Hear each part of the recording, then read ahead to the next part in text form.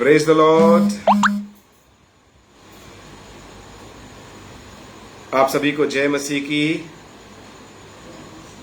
प्रभु के बड़े अनुग्रह और दया के कारण परमेश्वर ने एक और दिन हमारे जीवन में दिया है, जोड़ दिया कि हम परमेश्वर की उपस्थिति में कुछ समय को व्यतीत कर सकें। आज 5 स्टोन मिनिस्ट्रीज फेसबुक पेज में आकर और प्रभु के वचन का मनन करने के लिए प्रभु ने मौका दिया, इसलिए मैं प्रभु को धन्यवाद करता हूं। और कुछ कारणवश मुझे घर से बाहर रहना पड़ा और इसलिए मैं अभी दूसरे स्थान पर रहकर प्रभु के वचन से बात कर रहा हूं। प्रार्थना करें आज परमेश्वर हमारे जीवन में बातचीत करने पाए। Praise the lord, hallelujah. चूंकि आज का समय पहले से तय था, इसलिए प्रभु के वचन को सुनने के लिए और सुनाने के लिए मैं दूसरे स्थान पर रहने के बावजूद भी हम यहां पर भी संगति करने के लिए परमेश्वर ने मौका दिया है। इसलिए आइए हम प्रार्थना के साथ आज के वचन को आरंभ करेंगे, मनन को हम आरंभ करेंगे। प्रार्थना में जाएं। अनुग्रहकारी परमेश्वर पिता, हम आपको धन्यवाद करते हैं। आज के प्रभु जी शाम की बेला में तेरे चरणों में आते हैं। खुदावंत, तेरी बड़ी कृपा और दया के कारण परमेश्वर तूने हमें संभाला, सहायता किया। और प्रभु जी कुछ समय अभी हम तेरे वचन को सुनने के लिए जा रहे हैं। आप हमारी सहायता करिए प्रभु जी, हमारे मन को प्रभु जी जीवन में प्रभु जी अद्भुत कार्य करिए। खुदावंत, हम प्रार्थना करते हैं जितने लोग आज ऑनलाइन में जुड़कर प्रभु हमारे साथ में मीटिंग में सहभागी होते हैं, हम प्रार्थना करते हैं प्रत्येक को प्रभु आप आशीष दीजिए, आशीषित करिए। खुदा, प्रार्थना करते हैं प्रभु जी प्रत्येक जन तेरे वचनों को सुनकर शक्ति और बल पाने पाए। परमेश्वर, आज की शाम को हम तेरे हाथों में समर्पित करते हैं। इस फेसबुक पेज का प्रभु जी एडिटर्स का जो पैनल है, उन सभी के लिए हम प्रार्थना करते हैं। खास करके लीड करने वाले पास्टर जॉर्ज के लिए धन्यवाद करते हैं। और प्रभु जी जितने वक्तागण हैं इस पेज में आकर के प्रभु जी पूरे सप्ताह भर बोलते हैं और आने वाले समय में बोलने वाले हैं, सभी के लिए हम प्रार्थना करते हैं, आप आशीष दीजिए।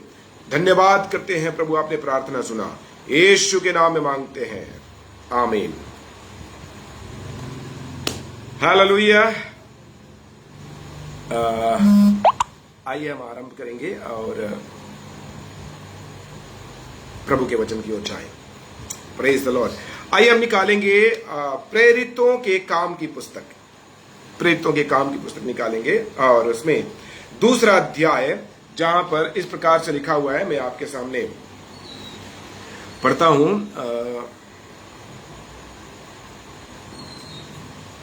वचन में लिखा है दूसरा अध्याय प्रेरितों के काम और 37 वचन से लेकर 42 वचन तक, जहां इस प्रकार से लिखा हुआ है। तब सुनने वालों के हृदय छिद गए और वे पतरस और शेष प्रेरितों से पूछने लगे, हे भाइयों, हम क्या करें? पतरस ने उनसे कहा, मन फिराओ और तुम में से हर एक अपने अपने पापों की क्षमा के लिए यीशु मसीह के नाम से बपतिस्मा ले, तो तुम पवित्र आत्मा का दान पाओगे। क्योंकि यह प्रतिज्ञा तुम और तुम्हारी संतानों और उन सब दूर दूर के लोगों के लिए भी है जिनको प्रभु हमारा परमेश्वर अपने पास बुलाएगा। उसने बहुत सी और बातों से भी गवाही देकर समझाया कि अपने आप को इस टेढ़ी जाति से बचाओ। अतः जिन्होंने उसका वचन ग्रहण किया उन्होंने बपतिस्मा लिया और उसी दिन 3000 मनुष्यों के लगभग मिल गए और वे प्रेरितों से शिक्षा पाने और संगति रखने और रोटी तोड़ने और प्रार्थना करने में लौलीन रहे। Praise the lord, hallelujah. प्रियो, ये परिच्छेद जिसको अभी हमने पढ़ा है, ये बहुत ही महत्वपूर्ण बाइबल का एक भाग है और इसमें इस वचन को पढ़कर सच में हमारे जीवन में कुछ विशेष बातें हैं जो हमें ग्रहण करना चाहिए। वास्तव में बाइबल में अगर हम देखें तो हर एक विश्वासी के लिए जो पेंटिकोस्टल फेथ में रहकर जीवन व्यतीत करते हैं, उनके लिए this is the statement of their creed, और दूसरे शब्दों में ये उनके विश्वास का वो कथन है, उनके विश्वास का आधारभूत सिद्धांतों का यहां पर श्रृंखला है। यहां पर वो सारे सिद्धांत जिसको आवश्यक रूप में एक विश्वासी के जीवन में होना आवश्यक है, जरूरी है, उसका वर्णन यहां पर लिखा हुआ है। यहां पर 7 बातें बाइबल में लिखी हुई है इस स्थान पर, जिसको हमें विशेष रूप से सुनना और उसमें दृढ़ होना जरूरी है, अर्थात हमारे जीवन का, हमारे विश्वास का आधार स्तंभ जो बनता है। तो ये 7 बातें, पहली बात है मन फिराना, उसके बाद है बपतिस्मा लेना और पवित्र आत्मा का दान प्राप्त करना, और उसके बाद पवित्र जीवन जीना, उसके बाद संगति रखना, और उसके बाद 6वां है रोटी तोड़ना, और 7वां है प्रार्थना करना। ये 7 बातें जो पढ़ा है, ये 7 बातों को हम देखेंगे। आप और हम जो यीशु मसीह पर विश्वास करते हैं, हमारा विश्वास एक सिद्धांत पर आधारित होता है। ये यूं ही अपने आप हम विश्वास कर लिए और ऐसे ही आगे बढ़ते जाते हैं, ऐसा नहीं है, परंतु हमारा विश्वास एक सिद्धांत पर आधारित है।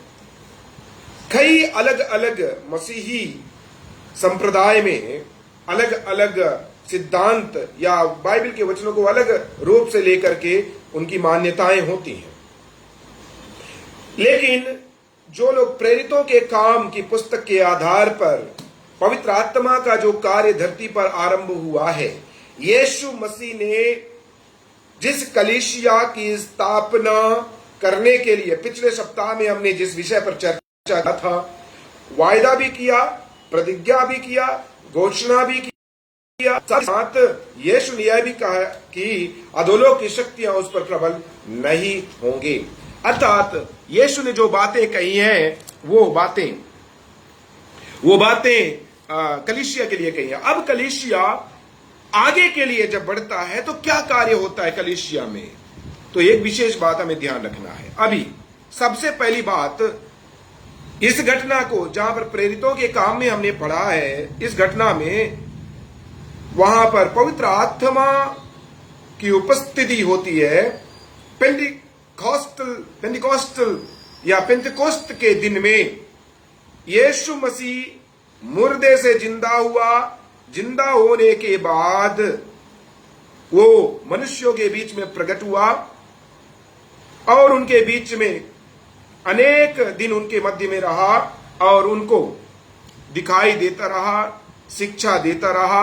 40 दिन लोगों के साथ, अपने चेलों के साथ प्रभु ने स्वर्ग के राज्य की बातों को सिखाता रहा और उसके बाद यीशु मसीह स्वर्ग में चले गए। तत्पश्चात 10 दिनों के और बाद में, अर्थात 50वां दिन को पेंटिकोस्ट कहा जाता है। 50वें दिन में यीशु ने अपने प्रतिज्ञा किए हुए अनुसार, जिस प्रकार से यीशु ने प्रतिज्ञा किया था उसके अनुसार पवित्र आत्मा को धरती पर भेजता है और पवित्र आत्मा धरती पर उतरता है, अर्थात विश्वासियों के जीवन में, पवित्र लोगों के जीवन में, जिनका जीवन यीशु के लहू से धुला हुआ है, जिनका जीवन यीशु के पवित्र लहू से शुद्ध हो चुका है, जिनके पापों की क्षमा हो चुकी है, वे लोग एक चित्त एक मन होकर प्रार्थना कर रहे थे और वहां पर पवित्र आत्मा उतर आया। Praise the Lord. और उसी दिन पतरस उनके मध्य में खड़ा होकर के और ये बातों को बोलने लगा, ये बातें प्रकट करने लगा और यीशु ने बताने लगा कि एक व्यक्ति को उद्धार प्राप्त करने के लिए क्या करने की आवश्यकता है, क्या करना चाहिए और उद्धार प्राप्त करने के बाद उसका जीवन कैसा होना चाहिए। तब ये सारी चीजें एक बहुत बड़ा शायद सरमन, एक बहुत बड़ा संदेश देने के बाद में पतरस ने ये बातें कही और यहां लिखा है तब सुनने वालों के हृदय छिद गए और वे पतरस और शेष भाइयों प्रेरितों से पूछने लगे, हे भाइयों, हम क्या करें? तब पतरस ने उनसे कहा, मन फिराओ। तो सबसे पहली बात, जो लोग वचन को सुन रहे थे, जो लोग भीड़ में बैठे हुए थे, सारा स्थान वहां पर गूंज गया था, क्योंकि वे लोग, पवित्र आत्मा उस दिन उतरा, लोगों में आया और वे अन्य अन्य भाषा में बोलने लगे थे। अग्नि का जीभ उनके अंदर में टूटती हुई दिखाई देने लगी थी और वे पवित्र आत्मा से भरकर अन्य भाषा में बोलने लगे थे। तब पतरस कहने लगा, ये ऐसा नहीं है कि कोई जैसा शराब पी करके कुछ बोलता हो, परंतु ये तो परमेश्वर का आत्मा है जिसका कोई रोक नहीं कर सकता है। और उसके बाद उसने कहा, यीशु को जिसको तुमने क्रूस पर चढ़ा दिया, वही यीशु का प्रचार हम करते हैं। और ऐसी ऐसी बातें करने लगा। तब सुनने वालों के हृदय छिद गए। अब याद रहे, यहां पर 7 बातें आई है, लेकिन 7 बातों के पहले एक और अदृश्य बात है जो हमारे आंखों में दिखाई नहीं देता है, वो आत्मिक मंडल में घटता है। और वो सात्विक बात के पहले, 7 बात होने के पहले एक कार्य होता है, और वो है पवित्र आत्मा का एक पापी मनुष्य के हृदय को कायल करना।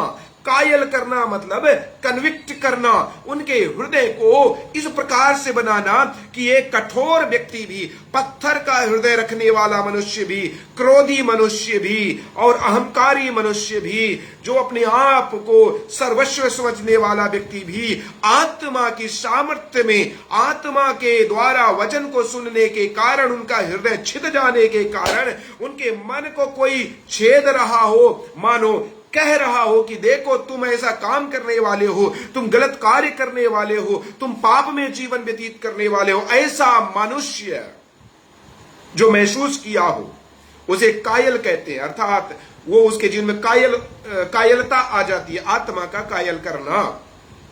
और जो व्यक्ति आत्मा के द्वारा कायल हो जाता है, वो व्यक्ति मन फिराने के लिए तैयार हो जाता है। Praise the Lord. Without the Holy Spirit, no one can say that Jesus Christ is the Lord. पवित्र आत्मा के बिना कोई ये कह नहीं सकता कि यीशु मसीह प्रभु है। इसका मतलब पवित्र आत्मा उनके जीवन को कायल करता है, वो बनाता है वैसा उनको कि यीशु ही प्रभु है।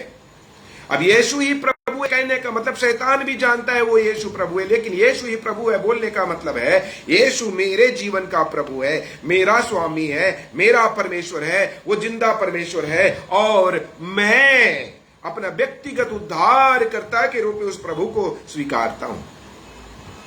हालेलुया। इस प्रकार से अब लोगों के हृदय छिद गए। वे लोग, कई लोग खड़े हो गए, प्रेरितों से पूछने लगे कि बताओ भाइयों, हम क्या करें? प्रभु की बातों को हमने सुना है, आत्मा की बातों को हमने सुन लिया है, लेकिन स्वर्ग राज्य के वारिस बनने के लिए हमें क्या करना चाहिए? तब यहां पर पतरस ने एक बात को बताया और उनसे कहा, मन फिराओ। सबसे पहली बात, मन फिराओ। मन फिराना हम जानते हैं, कई बार हमने इसको बहुत ही बेसिक रूप में, बहुत ही साधारण, जो पहली सीढ़ी, आत्मिक जीवन का पहली सीढ़ी मानते हुए हम इस बात को ग्रहण करते हैं और मानते हैं कि मन फिराना है। तो मन फिराना हर विश्वासी के जीवन का पहला काम है, अपने जीवन में वो मन फिराना। मन फिराने का मतलब है हमारा जीवन जो पाप की दशा में था, जो पाप के मार्ग में जीवन जी रहे थे। अब आप कहेंगे कि पाप क्या होता है? पाप वो होता है जो आप परमेश्वर के विरुद्ध कार्य करते हैं, परमेश्वर के खिलाफ में काम करते हैं। यदि आप, हमारे देश का जो नियम है, हमारे देश का संविधान है, भारत देश का जो नियम और व्यवस्था है, उसको यदि आप तोड़ते हैं तो आप अपराधी कहलाते हैं।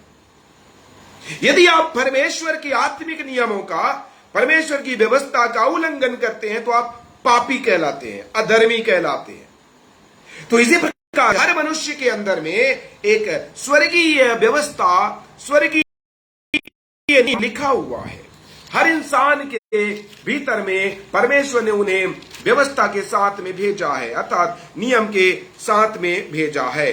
और यदि हम रोमियो की पत्री पढ़ते हैं और रोमियो की पत्री में एक अध्याय को यदि आप पढ़ेंगे तो वहां पर बहुत सारी बातें लिखी हुई है। 18 वचन से लेकर के पूरा यदि आप 32 वचन तक पढ़ते हैं तो सारी चीजें वहां पर लिखा है, आपको मिलेगा कि परमेश्वर 19 वचन में ही लिखा है, इसलिए कि परमेश्वर के विषय का ज्ञान उनके मनों में प्रकट है क्योंकि परमेश्वर ने उन पर प्रकट किया है।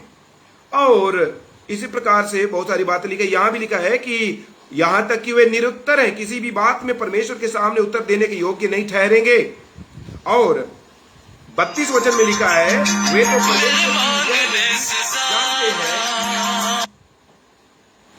वे तो परमेश्वर की यह विधि जानते हैं। Excuse me, praise lord, hallelujah. वे तो परमेश्वर की यह विधि जानते हैं कि ऐसे ऐसे काम करने वाले मृत्यु के दंड के योग्य हैं।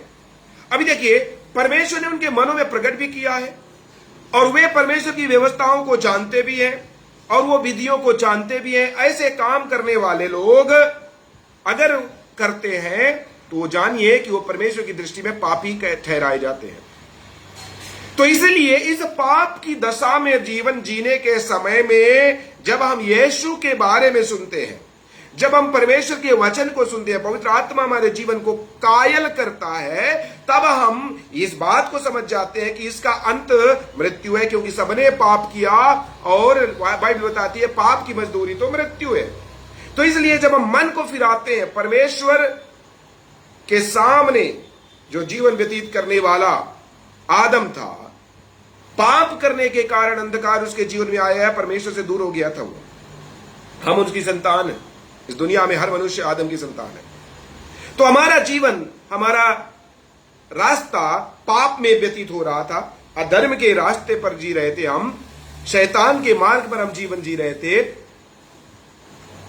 बुराइयों में फंसे हुए थे, पाप में, अधर्म में, हर प्रकार के गुनाहों में, हमारा गुनाह के दलदल में हमारा जीवन फंसा हुआ था। ऐसे समय में पवित्र वचन, पवित्र आत्मा उन वचनों के द्वारा हमारे जीवन का पत्थर रूपी जीवन को तोड़कर हमें कायल बनाता है और हम मन फिराने के लिए तैयार होते हैं और हम मन फिरा लेते हैं। मतलब अंधकार की ओर जो जीवन जी रहे थे, अब हम परमेश्वर की ओर जाने के लिए तैयार हो जाते हैं। अंधियारा छोड़कर उजियाले की ओर आ जाते हैं, मृत्यु को छोड़कर के जीवन की ओर आ जाते हैं, शैतान की बातों को छोड़कर हम परमेश्वर की ओर आ जाते हैं। हम एक निर्णय लेते हैं कि आज से मैं प्रभु के पीछे जीऊंगा, प्रभु के पीछे चलूंगा, परमेश्वर की बातों को मैं मानूंगा, परमेश्वर की व्यवस्थाओं को मैं मानूंगा। ऐसा जीवन जीने वाला, ऐसा निर्णय लेने वाला, उसे हम रिपेंटेंस कहते हैं, अर्थात मन फिराओ कहते हैं। Praise the lord, hallelujah. तो इस प्रकार से मन फिराने के बारे में यहां पर बात लिखा हुआ है। तो सबसे पहली बात, एक व्यक्ति स्वर्ग राज्य में अगर उसे प्रवेश करना है या उसका वारिस बनना है तो उसके जीवन में आवश्यकता है कि वो मन फिराए। मन फिराना बहुत ही आवश्यक है, हालेलुया। मन ना फिराया हुआ व्यक्ति वो परमेश्वर के राज्य में उपस्थित नहीं हो सकता। देखिए, मन फिराना का मतलब क्या है? प्रेरितों के काम 26 अध्याय के 18 वचन में लिखा है कि तो उनकी आंखें खोले कि वे अंधकार से ज्योति की ओर, शैतान के अधिकार से परमेश्वर की ओर फिरें और पापों की क्षमा उन लोगों के साथ जो मुझ पर विश्वास करने से पवित्र किए गए मिरास पाएं। ये सच्चा मन फिराना है। प्रेरितों के काम 26 अध्याय का 18 वचन में, तो आंखें खुल जाएं, अंधकार से भरा हुआ जो आंख है हमारा, जिसको इस संसार के ईश्वर ने बंद करके रखा है, हमारी आत्मिक आंखें बंद है, वो आंखें खुल जाएं, हम अंधकार से ज्योति की ओर जाएं, शैतान के अधिकार से परमेश्वर की ओर फिर जाएं और पापों की क्षमा प्राप्त करें। ये मन फिराना है। मन फिराया हुआ व्यक्ति पापों की क्षमा को प्राप्त करता है। मन फिराया हुआ व्यक्ति परमेश्वर के अनुग्रह के योग्य बन जाता है। मन फिराया हुआ व्यक्ति जो मृत्यु के काबिल था, अब उसके जीवन से वो हट जाता है। मन फिराया हुआ व्यक्ति के जीवन से परमेश्वर का जो दंड है उसके जीवन से कैंसिल हो जाता है, निरस्त हो जाता है। मन फिराया हुआ व्यक्ति स्वर्ग राज्य का वारिस बनने के लिए योग्य बन जाता है। मन फिराया हुआ व्यक्ति परमेश्वर की संतान बनने के योग्य बन जाता है। मन फिराया हुआ व्यक्ति पवित्र आत्मा को अपने जीवन में धारण करने के योग्य बनता है, लेकिन केवल मन फिराने से नहीं। इसीलिए मैंने कहा योग्य बनता है। अभी उसके बाद में कुछ और भी कदम है जिनको हमें जीवन में पूरा करना है। तो सबसे पहला कदम है मन फिराना। अभी ज्यादा देर नहीं रुकूंगा, ये बहुत बड़ा विषय भी है, इसमें ज्यादा देर तक भी ठहर सकते हैं, लेकिन मैं कम शब्दों में बताऊंगा क्योंकि और भी बहुत से बातें बताने के लिए हैं। तो पहली बात है मन फिराना। दूसरी बात है बपतिस्मा लेना। बपतिस्मा लेने के विषय में बहुत सी भ्रांतियां हैं, बहुत से सिद्धांत हैं, बहुत सी शिक्षाएं हैं। कई बार लोग बपतिस्मा के विषय में गलत धारणा रखते हैं और बपतिस्मा के विषय में गलत विश्वास करते हैं। बपतिस्मा का सीधा सा अर्थ हमको समझ लेना चाहिए। बपतिस्मा का मतलब है डूबना या डुबाना, यह उसका शाब्दिक अर्थ है। हालांकि मैंने हिंदी में बताया, उसका मूल भाषा में अगर जाएंगे तो उसका शाब्दिक अर्थ जो निकलता है वो है डूबना या डुबाना, इमर्स करना। अभी बपतिस्मा के विषय में कई ऐसे मसीही समूह हैं जो जिनका मानना है कि बपतिस्मा बचपन में दे दिया जाए। कई ऐसे मसीही या क्रिश्चियन सेक्ट्स या जहां पर छोटा बच्चा जब रहता है उसको गोद में लेकर के और एक पात्र में जल लेकर के उसमें डुबा डुबा करके 2-3 बार और उसको बपतिस्मा दे दिया जाता है। मतलब उसका दादा या नाना या जो भी है, दादा होगा शायद, वो बोलता है कि मैं अपने पापों के लिए ये करता हूं, बहुत सारी बातें बताता हूं। हालांकि वो जिम्मेदारी भी लेता है कि मैं अपने पोते को परमेश्वर के मार्ग में सिखाऊंगा, चलाऊंगा और उसके पाप को अंगीकार करता हूं। लेकिन इसमें एक समस्या ये है कि वो छोटा बच्चा जब बपतिस्मा लेता है तो उसके जीवन का अंगीकार करना कोई दूसरा व्यक्ति नहीं कर सकता। अगर मेरे घर में 2 कमरे हैं, मेरे हाथ में टॉर्च है, करंट चला जाता है, लाइट चली जाती है, दोनों कमरा अंधेरा हो गया। अगर मैं टॉर्च लेकर के इस कमरे में आता हूं और टॉर्च ऑन करता हूं तो लाइट तो इसी कमरे में मिलेगा, मुझे उस कमरे में नहीं मिलेगा, क्योंकि उजियाला टॉर्च तो इस घर में चलाया गया, इस कमरे में चलाया गया है।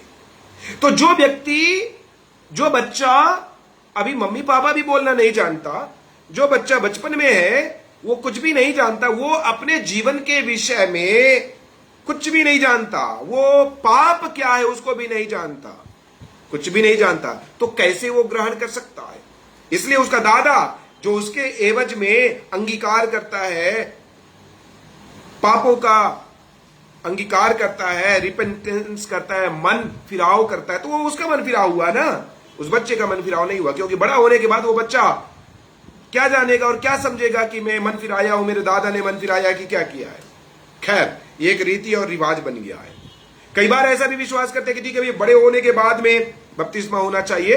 तो बड़े होने के बाद में कई लोग पानी ऐसे हाथ में लेकर सिर में थोड़ा डाल दे करके और बोलते हैं ये बपतिस्मा हो गया, मतलब उसको सींच दिया जाता है। स्प्रिंकल मतलब छीटा देते हैं पानी का, छिड़काव का बपतिस्मा कहते हैं। लेकिन वो बपतिस्मा भी गलत है, वो बपतिस्मा सही नहीं है, वो बपतिस्मा है ही नहीं। आप पेन को पेन बोल सकते हैं, पेन को स्केल नहीं बोल सकते। उसी प्रकार से बपतिस्मा का अर्थ है डूबना। तो डूबना जब तक नहीं हुआ तब तक बपतिस्मा हुआ ही नहीं। आप छिड़कना जो है, अगर छिड़कने को बपतिस्मा बोलोगे तो वो छिड़कना होता है, और बपतिस्मा माने डूबना, तो डूबना ही डूबना होगा। छिड़कने को आप डूबना नहीं बोल सकते। और प्रभु ने डूबने के बारे में बोला है कि बपतिस्मा दो महान आदेश में यीशु ने बोला, जाओ और सारे जातियों के लोगों को मेरा चेला बनाओ, जो मुझ पर विश्वास करे उसे पिता पुत्र पवित्र आत्मा के नाम से बपतिस्मा दो, और उन्हें वो सारी बातें जो मैंने तुम्हें सिखाई उन्हें मानना सिखाओ। अर्थात बपतिस्मा मन से विश्वास करके पवित्र आत्मा के द्वारा कायल होकर अपने पापों के प्रति यीशु प्रभु को प्रभु जानकर ये जानना कि मैं पाप में हूं, ये जानना कि मैं बुराई में हूं, अधर्म में फंसा हूं, मुझे एक उद्धारकर्ता की जरूरत है, ऐसा जो व्यक्ति समझ लेता है वो मन फिराने के लिए तैयार हो जाता है और वो जल में डुबकी लगा करके और जल में उतरकर बपतिस्मा लेने के लिए तैयार हो जाता है, बपतिस्मा के लिए तैयार हो जाता है, डुबकी लगाकर। तो पिता पुत्र पवित्र आत्मा के नाम से बपतिस्मा लेता है। Praise the Lord. वो सच्चा बपतिस्मा है। कई लोग कहते हैं कि पुराने जमाने में ऐसा समय था कि बहुत से लोग, हजारों की संख्या में लोग आते, तो इसलिए सबके ऊपर में पानी सींच दिया जाता था, बपतिस्मा हो गया। तो इतिहास क्या कहती है, रिवाज क्या कहता है, परंपरा क्या कहता है, मैं उसको विश्वास नहीं कर सकता। विश्वास करूंगा भी तो उसको मान्यता नहीं दे सकता, क्योंकि मैं बाइबल पर विश्वास करता हूं और बाइबल हमें बताती है कि यीशु ने बपतिस्मा लिया। जब खोजा के साथ में, हम प्रेरितों के काम में ही हम उस वचन को पढ़ते हैं, फिलिप्पुस और कुश देश का जो अधिकारी था, फिलिप्पुस और कुश देश का अधिकारी जब जा रहे थे और यशायाह की किताब को पढ़ने के समय में कुश देश का अधिकारी जो खोजा था वो समझ नहीं पा रहा था और फिलिप्पुस ने उसको समझाया। आगे चलकर खोजा ने कहा, देख यहां पर जल है, अब मुझे बपतिस्मा लेने से क्या रोक है। मतलब कई लोग कई प्रकार का एक्सक्यूज बताते हैं। मेरे प्रियो ध्यान से सुने, आपका संप्रदाय, आपका समूह, आपकी कलीसिया के लोग या दुनिया के लोग क्या सिखाते हैं उसको आपको नहीं मानना है। आपका बाइबल, परमेश्वर का वचन आपको क्या सिखाता है, आपको उस पर विश्वास करना चाहिए। और बाइबल ये सिखाती है कि ये कूश देश का अधिकारी जब पानी देखा तब वहां पर डुबकी लगा करके बपतिस्मा लेने के लिए तैयार हो गया। यीशु मसीह को जैसे ही यूहन्ना बपतिस्मा देने वाले ने देखा तो वहां पर उसने कहा, देखो परमेश्वर का मेमना जो जगत के पापों को उठा ले जाता है। और यीशु मसीह ने कहा, धार्मिकता को पूर्ति करने के लिए मुझे ऐसा ही करने दे। जब तक बपतिस्मा नहीं होता है आपका, तब तक धार्मिकता पूर्ति नहीं होती है आपके जीवन में। इसलिए धार्मिकता पूर्ति होना है और बपतिस्मा आपका होना है। बाइबल में लिखा है मरकुस रचित सुसमाचार 16 अध्याय के 16 वचन में कि जो विश्वास करे और बपतिस्मा ले उसी का उद्धार होगा। तो उसका नहीं लिखा है, उसी का लिखा है। उसी का जब हम बोलते हैं मतलब only the person, only the one who is believing and accepting and being baptized into the water। केवल उसी का मतलब जो विश्वास करता है और बपतिस्मा लेता है, उसी का उद्धार है। तो बाइबल बड़े स्पष्ट है इस विषय में, डूब कर बपतिस्मा लेना ही बपतिस्मा है। तो बपतिस्मा क्यों जरूरी है? बपतिस्मा इसलिए जरूरी है कि आपका जो विश्वास है वो विश्वास आपके भीतर में है, तो आप लोगों के सामने उस विश्वास का प्रकटीकरण करते हैं। आप लोगों के सामने यह दिखाते हैं कि यीशु आपके जीवन में है। यीशु जब क्रूस पर मरा, कब्र में दफन हुआ, तीसरे दिन जिंदा हो गया। इसलिए आप और मैं, रोमियो की पत्री बताती है कि हम उसके मृत्यु का बपतिस्मा लेते हैं, मतलब हम भी उसके साथ मरते हैं। तो कैसे मरते हैं, कब मरते हैं प्रियो? जब हम हमारा पुराना जीवन को छोड़ दिया, नया जीवन के लिए हम जब तैयार हो जाते हैं, तब हम नया जीवन के लिए जिंदा होते हैं, पुराने जीवन के लिए मर जाते हैं। शरीर के जिंदगी के लिए मर जाते हैं, संसार की जिंदगी के लिए मर जाते हैं। तो रोमियो की पत्री में यह बात लिखा है कि 6 अध्याय में यहां पर लिखा है कि क्या तुम नहीं जानते कि हम सब जिन्होंने मसीह यीशु का बपतिस्मा लिया उसकी मृत्यु का बपतिस्मा लिया, अतः उस मृत्यु का बपतिस्मा पाने से हम उसके साथ गाड़े गए, ताकि जैसे मसीह पिता की महिमा के द्वारा मरे हुओं में से जिलाया गया, वैसे ही हम भी नए जीवन की सी चाल चले। Praise the Lord. तो यहां पर बपतिस्मा मतलब यीशु के मसीह का बपतिस्मा है। तो मन फिराना है, उसके बाद बपतिस्मा लेना है। ये जो सिद्धांत मैं आपसे बातें कर रहा हूं, ये हमारे मसीही जीवन का नींव है। जैसे हम घर बनाते समय नींव खोदते हैं, नींव में हम डीपीसी लगाते हैं और वो मजबूती प्रदान करते ताकि उसके ऊपर में हमारा भवन रखा जाए, हमारा घर बन जाए, ताकि आगे चल करके वो कमजोर ना हो। वैसे इन बातों पर जो विश्वास करता है, इन बातों को जो अपने जीवन में आधार बनाता है, इन बातों को जो आज हम सीख रहे हैं, इन बातों को जो अपने जीवन में ग्रहण कर लेता है, उसका जीवन का नेव, मसीही जीवन का नेव मजबूत हो जाता है। Praise the Lord. इस हिसाब से याद रहे, कई लोग सॉलिड डॉक्ट्रिन्स माने मजबूत सिद्धांत नहीं पाने के कारण यीशु मसीह में तो है, छिड़क करके बपतिस्मा ले लिया, डूब करके बपतिस्मा ले लिया, जैसा भी बपतिस्मा ले लिया, लेकिन ये सातों बातों उनके जीवन में नहीं लागू होने के कारण कहीं ना कहीं उनके जीवन में दरार आ चुका है। इसलिए शराब भी पीते हैं और कहते हैं हम अपने आप को हम मसीही हैं। गुड़ाखू भी करते हैं, कहते हैं हम मसीही हैं। बुरे संगति में भी रहते हैं और कहते हैं हम मसीही हैं। ये गलत है, उनके जीवन में सिद्धांत सही नहीं मिला है। इसलिए सुने, पहला सिद्धांत मसीही जीवन में है मन फिराना, दूसरा सिद्धांत है पिता, पुत्र और पवित्र आत्मा के नाम से जल में डुबकी लगा करके बपतिस्मा लेना आवश्यक है। हालेलुया, बपतिस्मा लेना। तीसरा है कि बपतिस्मा लेने के बाद में पवित्र आत्मा का दान प्राप्त किया उन्होंने। Praise the Lord. कई ऐसा उदाहरण बाइबल में है। ये पवित्र आत्मा का दान के विषय में मुझे एक बात समझ में नहीं आती कि आजकल क्यों लोग इसको कहते हैं this is one of the gifts. कहते ये बहुत से वरदानों में एक वरदान है या दान है। No, this is for all of you. पवित्र आत्मा का दान पाना यह आप सबके लिए है।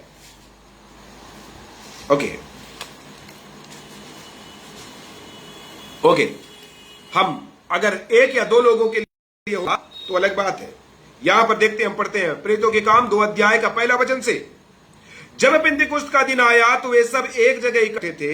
एक आकाश से बड़ी आंधी की सी सनसनाहट का शब्द हुआ और उससे सारा घर जहां वे बैठे थे गूंज गया। उसके बाद में लिखा है कि और उन्हें आग की सी जीभें फटती हुई दिखाई दी और उनमें से हर एक पर आगे ध्यान से सुनेंगे, 4 वचन को नोट करेंगे। वे सब पवित्र आत्मा से भर गए। सब पवित्र आत्मा से भर गए। जितने लोग थे वहां पर वे सब के सब पवित्र आत्मा से भर गए। अगर ये गिफ्ट है, अगर ये वरदान है कि किसी किसी को मिले, तो वहां पर सबको क्यों मिला? वे तो केवल प्रेरित नहीं थे ना, वे तो चेले भी हैं, विश्वासी भी हैं, सारे लोग वहां पर हैं। और ये लोग, इतने सारे लोग हैं, वे सारे के सारे पवित्र आत्मा से भर गए। Praise the lord, hallelujah. और यहां पर 1 अध्याय का 14 वचन में हम देखते हैं, ये सब कई स्त्रियां और यीशु की माता मरियम उसके भाइयों के साथ एक चित्त होकर प्रार्थना में लगे रहे। 15 वचन को ध्यान देंगे, लिखा है उन्हीं दिनों में पतरस भाइयों के बीच में जो 120 व्यक्ति के लगभग थे खड़ा होकर कहने लगा। वे लोग 120 लोग थे और उनके बीच में पतरस जो है खड़ा होकर ये प्रचार कर रहा था, ये बातों को बता रहा था। तभी पवित्र आत्मा उतरा और वे लोग आत्मा से भर गए। तो सारे के सारे लोग क्यों भर गए? अगर ये वरदान है तो कोई एक आध लोग बच जाना चाहिए या एक आध लोगों को मिलना चाहिए था। सारे लोग पवित्र आत्मा से भर गए। और कैसे पता चला? वे अन्य अन्य भाषा से बोलने लगे। Praise the Lord. हालांकि ये एक बड़ा विषय है, इसको हम बाद में कभी मौका मिले तो हम बाद में समझेंगे अन्य भाषा के बारे में। इसमें ज्यादा मैं बोलना नहीं चाहता क्योंकि एक अच्छा वृहद विषय, बड़ा विषय है और कई और भी बिंदु हमारे पास है चर्चा करने के लिए। इसलिए एक ही बात कहना चाहूंगा, पवित्र आत्मा से, परमेश्वर का आत्मा से हमें भर करके जीवन जीना चाहिए। पवित्र आत्मा का दान हमें पाना चाहिए, उसके लिए प्रार्थना करना चाहिए। यीशु ने प्रतिज्ञा किया है कि मैं जाऊंगा और पिता से विनती करूंगा और वो तुम्हें एक सहायक देगा। यीशु ने कहा जीवन के जल की नदियां तुम्हारे अंदर से बह निकलेंगी। ये कौन है? ये पवित्र आत्मा है। वो सहायक कौन है? वो पवित्र आत्मा है। और उसने बोला मेरे बाद एक आने वाला है। वो कौन है? वो पवित्र आत्मा है। ये प्रेरितों के काम में 120 लोग मन फिराए वहां पर वचनों को सुना, सब के सब पवित्र आत्मा से भर गए। ये क्या है? पवित्र आत्मा का अभिषेक है, पवित्र आत्मा का दान है। और कुरनेलियुस के घर में आप देख लीजिएगा, वहां पर वे सब के सब पवित्र आत्मा से भर जाते हैं, क्योंकि उन्होंने बाद में देखा कि वे लोग अन्य भाषा में बोलने लगे। उसके बाद में आप उसके 10वें अध्याय में अगर देखते हैं तो पतरस फिर उपदेश देता है 44 वचन से आगे। वहां पर में भी वे लोग सब अन्य पवित्र आत्मा का दान उनके ऊपर में उंडेला गया। वे लोग पवित्र आत्मा से भर गए। कैसे मालूम हुआ उनको पवित्र आत्मा से भर गए? क्योंकि वे लोग अन्य भाषा में बोलने लगे। Praise the Lord. ध्यान दीजिएगा, पवित्र आत्मा से भर करके जीवन जीना, पवित्र आत्मा का दान सबके लिए है। पवित्र आत्मा का दान पाना सारे लोगों को आवश्यक है। वचन में लिखा है, इफिसियों की पत्री में 5:18 में लिखा है कि तुम सब आत्मा से परिपूर्ण होते जाओ, दाग रस्से मत वाले ना बनो, परंतु पवित्र आत्मा से बढ़ते जाओ, पवित्र आत्मा से बढ़ते जाओ। वो एक और अनुभव है जो हमारे जीवन में पवित्र आत्मा का दान पाने के बाद में प्रतिदिन हम आत्मा में भर जाते हैं। आत्मा में भरने का मतलब है कि प्रतिदिन हम आत्मा का जीवन जीते हैं, आत्मा की अगुवाई में जीवन जीते हैं। आत्मा जैसे लीड करता है वैसे ही जीवन जीते हैं। Praise the Lord. ध्यान रहे। हालेलुया। प्रियो, आप वचन के अनुसार जीवन जिए। वचन जो कहता है उसको विश्वास करें। संसार में क्या लोग बोलते हैं उस पर नहीं, हमें बाइबल के वचनों के अनुसार जीवन जीना चाहिए। हालेलुया। तो यहां तीसरा बात हमने देखा है कि पवित्र आत्मा का दान पाना है। ओके, और लिखा है कि पवित्र आत्मा का दान पाओगे। ये तो प्रतिज्ञा किया था, जिसे अगर कोई मछली मांगे तो प्रभु से या उसका पिता कोई सांप तो नहीं देगा। और लास्ट में यीशु ने क्या बोला कि यदि तुम कोई मुझसे पवित्र आत्मा मांगोगे तो वो क्यों ना देगा। हालेलुया। भरपूरी के साथ देगा। इसलिए आगे लिखा है तुम दान पाओगे, क्योंकि यह प्रतिज्ञा तुम और तुम्हारे संतानों और उन सब दूर के लोगों के भी लिए भी है, जिनको प्रभु हमारा परमेश्वर अपने पास बुलाएगा। आगे लिखा है, वह बहुत सी बातों से भी गवाही दे देकर समझाया कि अपने आप को टेढ़ी जाति से बचाओ। टेढ़ी जाति से बचाओ, ये बात को ध्यान रखें। पवित्र आत्मा का दान पाने का मतलब होता है कुछ। पवित्र आत्मा का दान पाने का मतलब ऐसा ही नहीं है कि कुछ दान है वो मिल गया, हमको उपयोग करना है, उसको कंज्यूम करना है, उसको हमारे जीवन में लाभ लेना है। नहीं है, उसके लिए पवित्र आत्मा नहीं मिला है। पवित्र आत्मा तो इसलिए मिला है कि आप पवित्र जीवन जियो। क्योंकि पवित्र जीवन आप अपने बुद्धि से नहीं जी सकते, पवित्र जीवन आप अपने सोच समझ से नहीं जी सकते। आप कितने ज्ञानी हो, कितना धन है, कितना ज्ञान है, उससे आप पवित्र जीवन नहीं जी सकते हैं। पवित्र जीवन जीने के लिए पवित्र आत्मा हमारी अगुवाई करता है। पवित्र आत्मा पवित्र जीवन जीने के लिए पवित्र आत्मा में योग्य बनाता है। इसलिए टेढ़ी जाति से बचना है, मतलब पवित्र जीवन जीना है। टेढ़ी जाति मतलब क्या है? संसार के लोग। टेढ़ी जाति मतलब क्या है?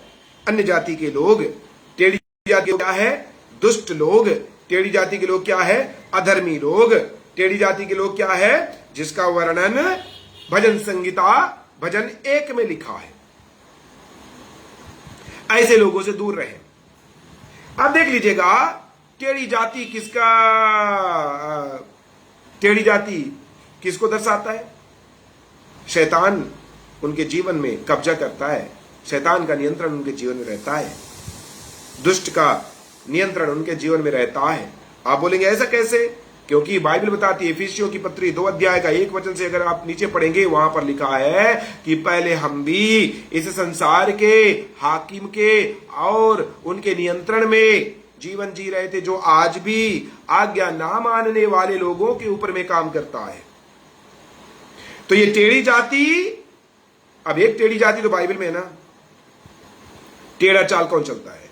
इस प्रकार से है तो ऐसे ऐसे ऐसे ऐसे कौन चलता है? इस प्रकार से टेढ़ा जीवन कौन चलता है? ऐसे ऐसे कौन चलता है? ऐसा चाल सर्प चलता है, ऐसा चाल सांप चलता है। इस प्रकार से सांप चलता है, टेढ़ा चलता है। और उसी के अनुसार जो जीवन व्यतीत करते हैं संसार में मनुष्य, उनसे हमें बचकर रहना चाहिए, उनसे अलग रहना चाहिए।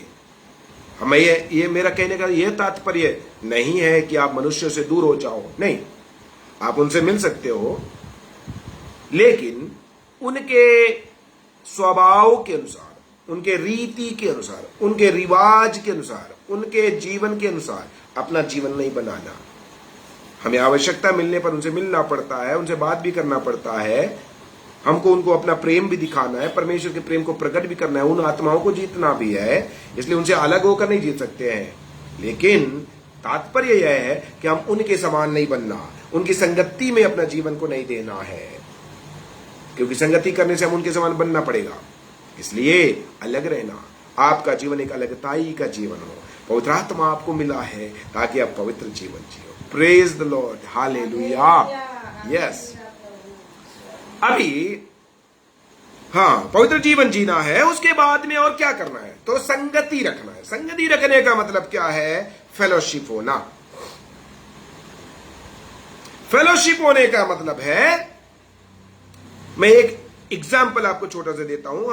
हम लोग कोल माइंस में हमारा घर था पहले बचपन में, और कोल माइंस में अभी तो सबके घर में गैस कनेक्शन है, सिलेंडर है और गैस स्टोव में खाना पकता है। उस समय पहले एक हम उसको हमारे भाषा में सिगड़ी बोलते हैं, आप भी बोलते होंगे मालूम नहीं, सिगड़ी बोलते हैं, या दूसरे शब्दों में आप भट्ठी समझ लीजिए।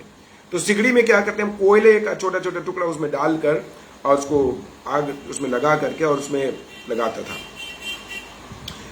ये गोटे जो कोयले के गोटे हैं, कोयले के टुकड़े हैं छोटे छोटे, वो पूरा सब आग का धधकता हुआ अंगारा बन जाता है और बहुत ताप रहता है, बहुत आग रहता है उसमें, बहुत गर्मी होती है उसमें।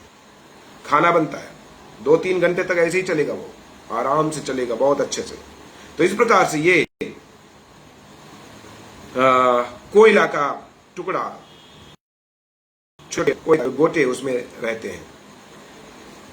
बहुत सारे कोयले के गोटे जब उसमें सिगड़ी में डाल दिया जाता है तब वो आग उसमें जलती रहती है और बहुत देर